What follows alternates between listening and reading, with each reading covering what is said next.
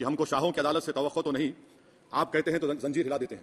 Sir आज सच्चाई इस देश में यह है कि सूट पहनने वाला क्राइम से जुर्म से बच जाता है, जेल से बच जाता है। एक खाकी पहनने वाला किसी को खरीफ से गोली मार सकता है, हथकड़ी पहने हुए मुजरिम को उसको कुछ नहीं, जवाबदेही नहीं है। सच्चाई हमारे मुल्क में यह है कि इस ऐवान में जिन पर टेररिज्म का चार्ज है वो इस कानून पर वोट डालेंगे कि टेररिज्म क्या है नहीं है। आप ये पुलिस में जब जाते हैं तो पुलिस इतनी खातिर तवाज़ो करती है कि तलवों से लेकर जिस्म तक पूरे निशानात उसके जिस्म पर रहते, और आप कह रहे हैं कि मेडिकल प्रैक्टिशनर डिस्क्रेशन करेगा तो होगा। अब आज आप बैठे कल आएंगे इंशाल्लाह, फिक्र मत करिए। पावर इटर्नल नहीं होता, ये तो कुदरत का निजाम है कि जो गंदगी करता है तो उनके लिए किसी और को मौका मिलता है, मगर आपको आना पड़ेगा एक दिन। आप ये गंदगी कर रहे हैं, इसमें आपने नोटिफाई करेंगे किसी को टेररिस्ट, कोर्ट क्यों नहीं करेगा? पुलिस वाला कैसे करेगा मुझे टेररिस्ट नोटिफाई? किसी ऑर्गेनाइजेशन को टेररिस्ट घोषित कर देंगे तो ये खुद सेपरेशन ऑफ पावर्स का वायलेशन है, जुडिशियल इंडिपेंडेंस का वायलेशन है और इंदिरा गांधी वर्सेस राजनारायण केस का वायलेशन है। तो ये मोदी सरकार जुडिशरी के पावर्स को छीनकर खुद जज जूरी एग्जीक्यूशन बन रही है। सब जेल में गए, मैं कई मरतबा जेल में गया हूं, ससुराल में इतना नहीं गया जितना जेल को जाने का मुझे मौका मिला, चाहे कांग्रेस की तेलुगुदेशम की। आप अपना ही हाथ काट रहे हैं अपने आप, याद रखिए। आज आप मुस्कुरा रहे हैं, कल यहां पर बैठेंगे तो और कर देगा काम आपके ऊपर। अच्छा रेप, सर रेप सिर्फ महिलाओं का होता है, मर्दों का रेप नहीं होता क्या? आपका प्रोविजन नहीं है क्या? स्टॉकिंग नहीं होती है मर्दों की? क्रिमिनल ऑर्गेनाइजेशन उत्तर प्रदेश में यूपी गैंगस्टर एक्ट में एक चार्जशीट में गैंगस्टर एक्ट लगता। सर आप बताइए फिर यूएपीए का क्या होगा, पीएमएलए का क्या होगा, महाराष्ट्र मको का क्या होगा, गुजरात के कोका क्या होगा? आप ये सब कानून रख रहे हैं और एक पुलिस वाले को आप ये तमाम कानून की इजाजत देंगे? याद रखिए, जिंदगियां बर्बाद करने का काम आप कर रहे हैं और सबसे बड़ा इसका नुकसान होगा। किसका नुकसान होगा? दलितों का, मुसलमानों का, आदिवासियों का। और वो पॉलिटिकल पार्टीज जो कल आज सत्ता में है कल नहीं रहेंगे, वो बदले की भावना से काम करते हैं। सर मुझे पुलिस ने पीटा सर 1999 22 दिसंबर को मेरे सर पर 20 टाके लगे, पीठ से लेकर पैर तक मारा गया। आपको मालूम सर क्या हुआ? तेलुगु देशम की सरकार थी, उन्होंने दोनों पुलिस वालों को जिन्होंने मुझे मारा था उनको आईपीएस कन्फर कर दिया। वजीर दाखिला का एक स्टेटमेंट सुना था अमित शाह साहब का कि वो जब गुजरात के होम मिनिस्टर थे तो उन पर जुल्म किया गया, उनको दबाया गया। मगर हम ये समझ रहे थे कि जिस शख्स पर नाइंसाफी हुई है, जो वो क्लेम कर रहे हैं, तो कम से कम वो दूसरों से नाइंसाफी तो नहीं करेंगे। आप क्या कर रहे हैं? अरे ऐसे हजारों लोग हैं जिन पर जुल्म हो रहा है, ना उनके पास दलील है, ना उनके पास वकील है। सरकार को मैं चार्ज दे रहा हूं, आप चेक रिपब्लिक में निखिल गुप्ता बैठा है, लेके आओ ना उसको। कुलभूषण यादव पाकिस्तान में बैठा है, लेके आओ ना। कतर में हमारे फौजी बैठे, लेके आओ ना उनको। अरे कहां तुम्हारी देशभक्ति है? अरे निखिल गुप्ता को लाओ, इस कानून में इस्तेमाल करो। मगर वो नहीं बोलेंगे। मैं शुरुआत में इस शेर से आगाज करता हूं अपनी बात का कि हमको शाहों की अदालत से तवक्को तो नहीं, आप कहते हैं तो जंजीर हिला देते हैं। सर ये 3 फौजदारी के कवानीन खुद मुजरिमाना है। ये जुर्म की रोकथाम से ज्यादा हुकूमतों के जराइम को कानूनी शक्ल देने के लिए बनाए जा रहे हैं। अब तरफे तमाशा यह है सर कि पिछले सेशन में मोदी हुकूमत ने जन विश्वास बिल 2023 को, जिसमें 183 प्रोविजंस और 43 कवानीन थे इम्प्रिजनमेंट के, उसको निकालकर फाइन में तब्दील कर दिया। उसमें ड्रग्स एंड कॉस्मेटिक्स एक्ट को भी तरमीम की गई और सजा के बजाय सबस्टैंडर्ड ड्रग्स के लिए आपने फाइन ला लिया। तो मैं ये बोलना चाहूंगा सर कि सबस्टैंडर्ड ड्रग्स के मैन्युफैक्चर के लिए आपने जेल के बजाय फाइन उसमें तब्दील कर दिया, तरमीम करके। तो ये जरूरी है बोलना इस ऐवान में कि जन विश्वास के नाम पर आपने इस सबस्टैंडर्ड ड्रग्स से आवाम को खतरे में डाल दिया। अब आप डीक्रिमिनलाइजेशन की बात करते हैं, जहां पर कंपनीज को सजा देना था वहां पर आपने नहीं किया, फाइन में तब्दील कर दिया। और जो कवानीन नॉन वायलेंट क्राइम्स है, सेडेशन, डिफेमेशन, उसको आपने इस नए क्रिमिनल लॉ में ला लिया। तो सर ये बात साफ हो गई कि जन के लिए अविश्वास, धंधे के लिए विश्वास, ये इस हुकूमत का नया मंत्रा है। और लाइटर वेन में अगर मैं कहूं तो जॉन अलिया ने कहा था कि जुर्म में हम कमी करें भी तो क्यों, तुम सजा भी तो कम नहीं करते। सर आज सच्चाई इस देश में यह है कि सूट पहनने वाला क्राइम से जुर्म से बच जाता है, जेल से बच जाता है। ये खाकी पहनने वाला किसी को खरीफ से गोली मार सकता है, हथकड़ी पहने हुए मुजरिम को उसको कुछ नहीं, जवाबदेही नहीं है। सच्चाई हमारे मुल्क में यह है कि इस ऐवान में जिन पर टेररिज्म का चार्ज है वो इस कानून पर वोट डालेंगे कि टेररिज्म क्या है नहीं है। सर मुझे ये कहने की इजाजत दीजिए कि अगर आज भगत सिंह को और मोहनदास करमचंद गांधी को ये 3 कवानीन बनाए जाते तो भगत सिंह और मोहनदास करमचंद गांधी कहते कि रोलट एक्ट है, ये 3 कवानीन रोलट एक्ट है। अब हुकूमत को बताना पड़ेगा कि असल मकौले पुत्र कौन है। सर सच्चाई यह है कि इस मुल्क के गरीब, दलित, मुसलमान, आदिवासी, इनके लिए जिंदगी से बड़ी को सजा नहीं है। और क्या जुर्म है पता ही नहीं इनको। सर अगर हमको रिफॉर्म करना था, इस्लाह करना था, तो हमको उन प्रोविजंस को निकालना था जो हुकूमत और पुलिस को मनमानी करने की इजाजत देती है। हमको वो प्रोविजंस को निकालना था कि जो मंत्रियों को और पुलिस को ये मौका मिल जाता है लोगों को सालों जेल में रखने का, उन पर कोई जुर्म पर साबित नहीं होता। हमको यह करना चाहिए था कि जो प्रोसिक्यूटर होता है वो फैब्रिकेटेड एविडेंस डालकर ताकतवरों को अपनी ताकत की बुनियाद पर उनको छूट दे देता है। हमने वो काम नहीं किया। आज हमारे वतन अजीज भारत में सबसे ज्यादा अंडर ट्रायल अगर कोई है जेलों में तो मुसलमान, दलित, आदिवासी हैं। सर इनका कन्विक्शन रेट देख लीजिए आप, एनसीआरबी का डेटा है 2017 से 21 का, 20% अंडर ट्रायल मुसलमान है, 16% कन्विक्शन है और मुसलमानों की आबादी 14.2% है। प्रिवेंटिव डिटेंशन यदि जिसको इस्तेमाल किया जाता है जुडिशियल प्रोसेस को सबवर्ट करने के लिए और फेयर ट्रायल को सबवर्ट करने के लिए, आज भारत की जेलों में 30% डेटेन्यूज मुसलमान है। उत्तर प्रदेश में 2017 में 33% मुसलमान डेटेन्यूज थे, आज 83.9% उत्तर प्रदेश के जेलों में मुसलमान डेटेन्यूज है। सर एक और मिसाल दे रहा हूं, सीएसडीएस की रिपोर्ट है, थिंक टैंक है बहुत बड़ा, जो कहता है कि they have found substantial prejudice against Muslim in the police force. Bihar, Maharashtra, Uttarakhand, Jharkhand, 2/3 of the surveyed police personnel believe that Muslims were more inclined to violence than members of the communities. ये empirical evidence है. इसी report में कहा गया कि 35% जिन police के औहदेदारों का सर्वे किया गया, उन्होंने मॉब वायलेंस को नेचुरल करार दिया, खास तौर से उन केसों में जहां पर काउ स्लॉटर होता है. सीजेपीएपी का इन्वेस्टिगेशन रिपोर्ट है सर कि कोविड-19 के दौरान जिन लोगों 25% मुसलमानों का अरेस्ट किया गया था, ये बायसनेस नहीं है तो क्या है? मध्य प्रदेश में मुसलमान 7% के करीब है और 21% मुसलमानों का नाम सर एफआईआर में डाल दिया गया था. सर प्रोजेक्ट 39 ने, नेशनल लॉ यूनिवर्सिटी ने उन लोगों का सर्वे किया जिन पर सजाए मौत दी गई. हैरत अंगेज बात यह है कि सर 76% बैकवर्ड क्लास, दलित और रिलीजियस माइनॉरिटी से ताल्लुक था. कितने दलित और एसटीज डेथ रो पर हैं सर? महाराष्ट्र में 50%. कितने मध्य प्रदेश में है सजाए मौत के? 36% दलित और आदिवासी. कर्नाटका में 36%, बिहार में 31%, झारखंड में 30%, गुजरात में 19 लोग जो सजाए मौत के इंतजार में है, 15 मुसलमान है. केरल में 60% जो सजाए मौत के मुलजिम है रिलीजियस माइनॉरिटीज है. सर आखिर इस देश में कब तक ये चलता रहेगा कि अनस्पोकन रिजर्वेशन उन लोगों के लिए, उनके पास पूरा पॉलिटिकल पावर है और एक अनस्पोकन रिजर्वेशन है दलित मुसलमान आदिवासियों के, इनको जेल में रहना पड़ता है? कि आखिर ये कैसे मुमकिन है सर कि आलाजात के जो अक्सरियती तबके के लोग हैं उनके पास सियासी ताकत है, माशी ताकत है, सोशल ताकत है और मुसलमान और दलित आदिवासी जेलों में पड़े रहते हैं? अरे अगर आप 3 कानून लाकर इस्लाह कर रहे हैं तो कौन सा इस्लाह है? आप तो ताकतवरों का रिफॉर्म कर रहे हैं, गरीबों को इससे क्या फायदा हो रहा है? तो जैसे अंग्रेजी में कहा गया था कि the cure is dangerous than the disease. Sir अब आप आ जाइए BNSS पर, क्लॉज 187, डिटेंशन का पीरियड देखिए सर 187(3) में, यानी 15 दिन से ज्यादा आपको मुश्किल है प्रेजेंटली. अब आपने प्रोविजन दे दिया कि 90 दिन तक आप कभी भी 5 दिन का, 6 दिन का, 10 दिन का, यानी 90 दिन तक किसी को बेल नहीं मिलेगी. और हैरत अंगेज बात यह है कि यूएपीए के कानून में जिसको जेल में डाला जाता है यूएपीए में, 30 दिन के बाद एक सुप्रीटेंडेंट ऑफ पुलिस को कोर्ट में एफिडेविट देना पड़ता है कि क्यों आप पुलिस कस्टडी ले रहे हैं जेल से. आपने वो भी निकाल दिया. यानी जिस किसी को भी आप इस कानून में अरेस्ट करेंगे, यूएपीए से ज्यादा मैं 90 दिन जेल में रहूंगा. और कौन रहेगा जेल में? मुसलमान रहेगा, दलित रहेगा, आदिवासी रहेगा और बेल उसको नहीं मिलेगी. तो ये खुद सुन लीजिए, तो यानी कन्विक्शन नहीं होगा, ना बेल मिलेगी क्योंकि पुलिस कस्टडी है. ये कानून में है सर, आप मुझे करेक्ट कर सकते हैं. अच्छा, डीके बासु के गाइडलाइंस को आपने अडॉप्ट नहीं किया. क्लॉज 53(1) आप ये भी नहीं कह रहे कि भाई कौन उसको एग्जामिन करेगा? तो discretion of the medical practitioner. अरे आप ये पुलिस में जब जाते हैं तो पुलिस इतनी खातिर तवाजो करती है कि तलवों से लेकर जिस्म तक पूरे निशानात उसके जिस्म पर रहते, और आप कह रहे हैं कि मेडिकल प्रैक्टिशनर डिस्क्रेशन करेगा तो होगा. अब आप आ जाइए सर इसके ऊपर, आपको बता रहा हूं सर. अब आप देखिए क्लॉज 187 तो आपके सामने जिक्र कर दिया मैं सर. अब आप देखिए क्लॉज 472 मर्सी पिटीशन, आर्टिकल 79 और 161 का कॉन्स्टिट्यूशन का हिस्सा है, और ये आप कानून लाकर कहती हैं कि उसकी तरफ से मर्सी पिटीशन डालेगा तो कन्विक्ट, लीगल है, अदर रिलेटिव. सर जो सजाए मौत काटेगा वो तो आधा पागल हो जाता है जेल में. आप थर्ड पार्टीज को मौका नहीं दे रहे. ये कौन सा इंसाफ है बताइए आपका? ये कौन सा इंसाफ है आपका? और फिर सर आप ये बताइए कि थर्ड पार्टीज को बाहर कर रहे हैं. अच्छा, कितना टाइम आप दे रहे हैं? कितना टाइम आप दे रहे हैं कि सुप्रीम कोर्ट के रिजेक्शन ऑफ एसएलपी के बाद 30 दिन और गवर्नर के रिजेक्शन के बाद 60 दिन?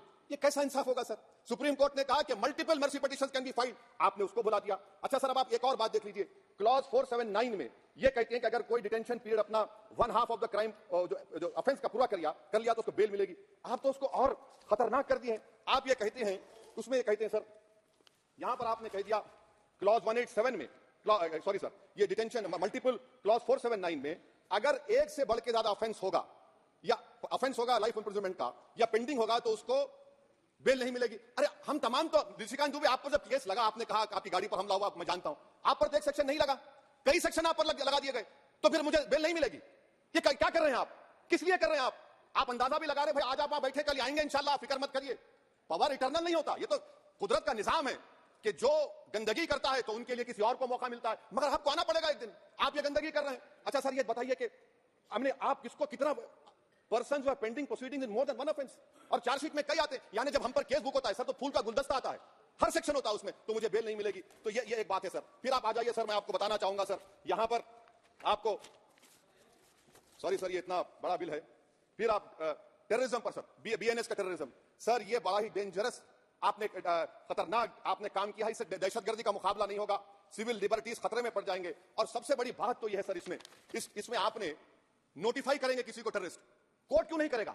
पुलिस वाला कैसे करेगा मुझे टेररिस्ट नोटिफाई? किसी ऑर्गेनाइजेशन को टेररिस्ट घोषित कर देंगे. तो ये खुद सेपरेशन ऑफ पावर्स का वायलेशन है, जुडिशियल इंडिपेंडेंस का वायलेशन है, और इंदिरा गांधी वर्सेस राजनारायण केस का वायलेशन है. तो ये मोदी सरकार जुडिशरी के पावर्स को छीनकर खुद जज, जूरी, एग्जीक्यूशन बन रही है. किसी शायर ने बड़ा अच्छा कहा था सर, वही कातिल, वही मुखबिर, वही मुंसिफ ठहरे. सर मैंडेटरी वीडियो रिकॉर्डिंग, आपने कहा कि जिस जगह पर, इस प्लेस पर सर्च होता है वीडियो रिकॉर्डिंग की, मैं ये कहता हूं कि जब मेरा अरेस्ट होगा वीडियो रिकॉर्डिंग करिए. क्यों नहीं करते आप? जब मेरे घर पर पुलिस आती है वीडियो रिकॉर्डिंग करिए, जो मैं पुलिस को देता हूं उसकी वीडियो रिकॉर्डिंग करिए, विटनेस स्टेटमेंट होगा क्लॉज 183 में उसका वीडियो रिकॉर्डिंग करिए। क्यों नहीं आप पैसे देते कि हर पुलिस वाले के जिस्म पर एक वीडियो रिकॉर्डर हो और एक्यूज को मिलना चाहिए, आप नहीं मिलता एक्यूज को। हाँ, आपको नहीं है, मुझे मैं जानता हूं। क्लॉज 250 और 262 सर इनकंसिस्टेंट है। तो क्लॉज 250 में 60 डे टाइम लिमिट है डिस्चार्ज के लिए। अगर एक्यूज को कागज नहीं मिलता है, हम सब जेल में गए, मैं कई मरतबा जेल में गया हूं, ससुराल में इतना नहीं गया जितना जेल को जाने का मुझे मौका मिला, चाहे कांग्रेस की तेलुगु देशम की हुकूमत रही है। क्लॉज 262 है, क्लॉज 262 में डिस्चार्ज एप्लीकेशन है, वो फ्रेमिंग ऑफ चार्जेस के बाद डाल सकते हैं। ये it defeats the purpose. What is the discharge application which is to prevent police from using delay tactics. Discharge always precede framing of charges. आप मैं उस वक्त डिस्चार्ज नहीं डाल सकता जब तक कि वो नहीं होगा। अच्छा, क्लॉज 251 263 देखिए sir, time limit for framing of charges in case of session trials 60 days of first framing charges, warrant charges should be 90 days। मगर आपने क्या किया, होशियारी देखिए, बर्बाद करने का कहानी 193(9) डाल दिया आपने। Can you prescribe the 90 day time limit for further investigation? For further investigation what will happen when supplementary chargesheet are put? Will the accuse be acquitted? क्या मुझे छोड़ देंगे आप? क्या कोई time like this is a dead letter? यानी आप तो पूरा का पूरा सिविल राइट्स लिबर्टीज वाले सब छीन ले रहे। अच्छा सर, इसमें आपने लिंचिंग का एक कानून बनाया बीएनएस में, सेक्ट क्लॉज 103 में। अब आप इसमें देखिए सर, लिंचिंग कब हो सकता है? जब आप ये बताएंगे कि ये पर्सनल बिलीफ पर मारा गया, किसी को जेंडर पर मारा गया, कास्ट पर मारा गया। सर आप तो एक्यूज को तो मौका दे रहे छोड़ने के लिए, आप तो एक्यूज को मौका दे रहे। अच्छा, पर्सनल बिलीफ में रिलीजन क्यों नहीं लिखते भैया आप? इन तीनों कानून में रिलीजन इस्तेमाल किया गया, पर्सनल बिलीफ में रिलीजन नहीं आता। अच्छा सर, आप ये भी देख लीजिए कि 190 में अनलॉफुल असेंबली है, 5 और मोर एक्टिंग टुगेदर। फिर ये क्यों कर रहे हैं आप? 5 मिलकर भी मर्डर करेंगे तो एक 103 भी तो आपने कर दिया, तो इनका ये तो इसका अनलॉफुल एक्टिंग टुगेदर है। अच्छा सर, मैं आपको बताना चाहूंगा, आपके ये बीएनएस का 172(2) आप देखिए कि पेटी केसेस में when the occasion is passed, इसका मतलब क्या है? व्हेन द ओकेजन होगा क्या सर? आप हम चुनाव लड़ते तो जो हमारा जो पार्टी अपोजिंग रहती है वो कहती है कि इनके 25 लोगों को 50 लोगों को गिरफ्तार कर लो, गिरफ्तार कर लेते मेरे बूथ के एजेंट्स को, और बोल रहे व्हेन, उसमें आप लिख रहे क्या है? When the occasion is passed, माने पास हो जाएगा पोलिंग के 5 बजे छोड़ देंगे। अरे आप अपना ही हाथ काट रहे हैं अपने आप, याद रखिए। आज आप मुस्कुरा रहे हैं, कल यहां पर बैठेंगे तो और कर देगा काम आपके ऊपर। अच्छा रेप सर, रेप क्या, रेप सिर्फ महिलाओं का होता है, मर्दों का रेप नहीं होता क्या? आपका प्रोविजन नहीं है क्या? स्टॉकिंग नहीं होती है मर्दों की? अच्छा जस्ट होता है सर, आप हंस रहे हैं, होता है, होता है। आपकी हंसी इस बात का इकरार है कि आप जानते हैं किसका हुआ है।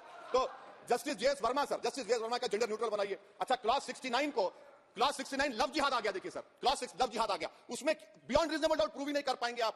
अब उसमें क्या बताना पड़ेगा? Suppressing identity. यानी अगर कोई महिला मोनू मानेसर चोमू चंडीगढ़ से इश्क करती है, बाद में उसको मालूम होता है कि वो मानेसर का नहीं है, चंडीगढ़ का नहीं है, तो क्या क्लॉज 69 एक्शन में आएगा? आप बताइए कि अच्छा अगर कोई ये कहेगा कि मेरा नाम कुछ नाम है, कई कुछ नाम होता है जो कॉमन नाम होता है मुसलमानों में, दीगर मज़ाहिब में, तो क्या वो सेक्शन अप्लाई होगा? ये क्या आप कर रहे हैं? अच्छा, आपने अडल्ट्री को निकाल दिया, आपने होमोसेक्सुअलिटी को निकाल दिया, तो ये कंसेंशुअल सेक्सुअल रिलेशन जो 18-20 साल के ऊपर के लोगों में करते हैं, मैं इसका खिलाफ जरूर हूं मजहबी एतबार से, मगर आप क्यों उनकी ऑटोनॉमी को रोकना चाहते हैं? अच्छा सर, सेक्शन क्लॉज 1093 बीएनएस का, आपको it does not require knowledge और intention part of person facility commission organise crime. ये सर 5 मिनट दीजिए सर। सर बीएनएस का सेडेशन पे देख लीजिए, सेडेशन को आपने दोबारा ला लिया, लफ्ज सेडेशन इस्तेमाल नहीं किया आपने।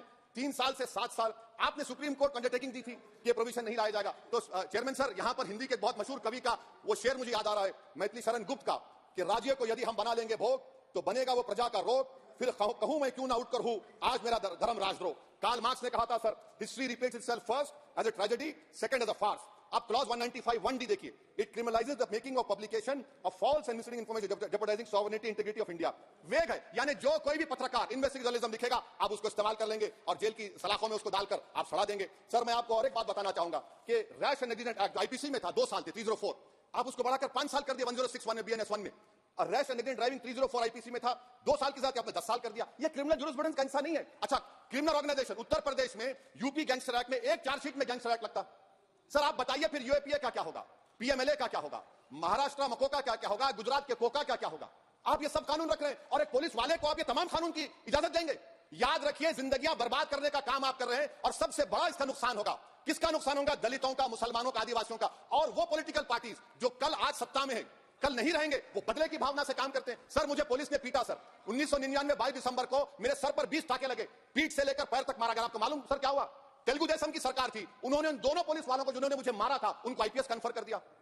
प्लीज प्लीज आप बैठ जाइए, आप बैठ जाइए प्लीज। यूएपीए का सर मैं खत्म, टेररिज्म उनको रोकिए sir. Okay okay please sit down. Sir terrorism का डेफिनेशन में आप देखिए, यूएपीए का सेक्शन 16 क्लॉज 113 में आ गया। यूएपीए का सेक्शन 15 क्लॉज 131 में आ गया। देख लेंगे उसको, देख लेंगे। यूएपीए का आपत्तिजनक अंश निकाल दिए जाएंगे। यूएपीए का क्लॉज 18 113 4 में आ गया। यूएपीए का क्लॉज 18 113 3 में आ गया। यूएपीए का क्लॉज 20 113 5 में आ गया। यूएपीए का सेक्शन 19 113 6 में आ गया। अरे भाई साहब, फिर क्या बचा है? आप यूएपीए से, मकोका से, गुजरात कोका से, पीएमएलए सब ला दिए। तो स्पीकर सर, मैं अपनी बात को खत्म करने से पहले मैं उम्मीद कर रहा था कि मैंने वजीर दाखिला का एक स्टेटमेंट सुना था अमित शाह साहब का, कि जब गुजरात के होम मिनिस्टर थे तो उन पर जुल्म किया गया, उनको दबाया गया। मगर हम ये समझ रहे थे कि जिस शख्स पर नाइंसाफी हुई है, जो वो क्लेम कर रहे हैं, तो कम से कम वो दूसरों से नाइंसाफी तो नहीं करेंगे। आप क्या कर रहे हैं? अरे ऐसे हजारों लोग हैं जिन पर जुल्म हो रहा है, ना उनके पास दलील है, ना उनके पास वकील है, ना उनके पास आजादी है। तो ये तीन सर में आखिर एक लव ये तीनों कवानीन हमारे मुल्क की जमहूरियत के लिए, इन गरीब तबकात के लिए नुकसानदेह साबित होगा। और ये सरकार को मैं चार्ज दे रहा हूं, आप चेक रिपब्लिक में निखिल गुप्ता बैठा है, लेके आओ ना उसको। कुलभूषण यादव पाकिस्तान में बैठा है, लेके आओ ना। कतर में हमारे फौजी बैठे, लेके आओ ना उनको। अरे कहां तुम्हारी देशभक्ति है? अरे निखिल गुप्ता को लाओ, इस कानून में इस्तेमाल करो। मगर वो नहीं बोलेंगे। मैं इस कानून के मुखालिफत में खड़ा हूं जो भारत की जमहूरियत के लिए खतरा बनेगा। शुक्रिया सर। श्री पुष्पेंद्र सिंह चंदेल।